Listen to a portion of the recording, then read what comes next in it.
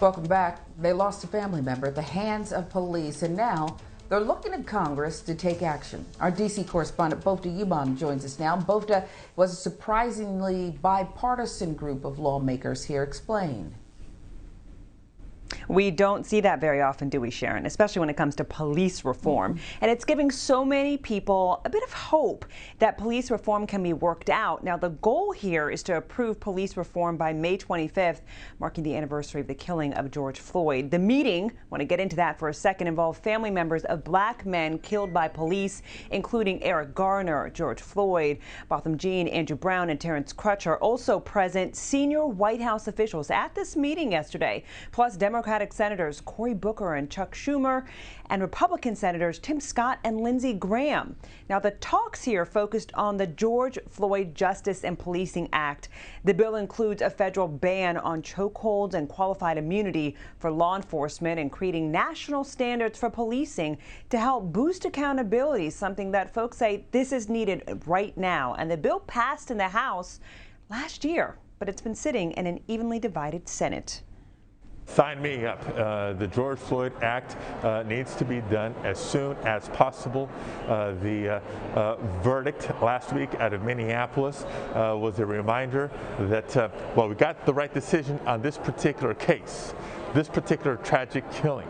That does not equal all the reform to the justice system that is necessary. So I'm hoping it's a momentum, it's a boost. Any of my colleagues that's on the fence needs to open their eyes, open their hearts, and vote for the George Floyd Act. They talked a lot, but most important, they talked about it being meaningful, and as these families all express, they want to prevent the next unjustified killings from taking place.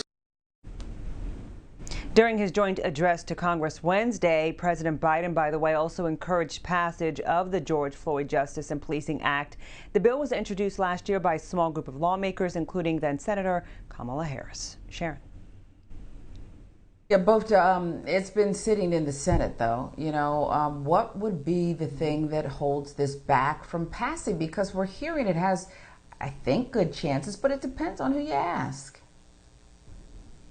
Right, and this hope, right, this meeting gives us the idea that they're looking to compromise, they're looking to negotiate, but the thing that's been the really contentious issue has been qualified immunity, whether to keep it in or out, and what it would look like. Qualified immunity, that federal doctrine that protects police who are accused of violating any policies, accused of violating the Constitution, while on duty. Now, supporters say that qualified immunity is something that is necessary because when officers are making split-second decisions, this would prevent them from being hesitant to act. But as we know, critics on the other side are saying, look, if you're not doing anything wrong, then you don't really need to be protected like that, right? And so you have both sides of this, and I want to point out that it's a federal doctrine. This is not a part of the U.S. Constitution, this qualified immunity. So we want folks to know out there that this is the issue that could potentially get in the way, and we've seen testimonies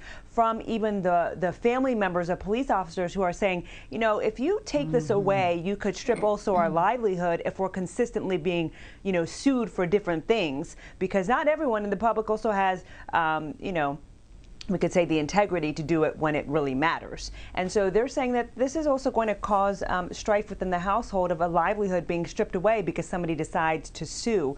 So some things that have been floating out there, Sharon, is also the idea of putting a cap on the amount, like $10,000, that you could sue an officer.